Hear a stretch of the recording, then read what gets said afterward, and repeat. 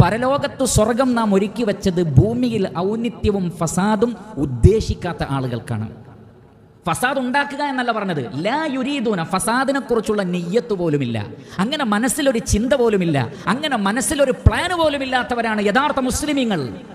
ഒരു മുസ്ലിം ഒരിക്കലും തീവ്രവാദിയല്ല, ഒരു മുസ്ലിം ഒരിക്കലും ഭീകരവാദിയല്ല, ഒരു മുസ്ലിം ഒരിക്കലും നിരപരാധികളെ കൊന്നുകളയുന്നവരല്ല, ഒരു മുസ്ലിം ഒരിക്കലും രാഷ്ട്രത്തിൻ്റെ സുരക്ഷയ്ക്ക് ഭീഷണിയായി നിലകൊള്ളുന്നവനല്ല. മറിച്ച് ഭൂമിയിൽ ഫസാദിനെ കുറിച്ചുള്ള നിയ്യത്ത് പോലുമില്ലാത്ത സാത്വികരാണവർ.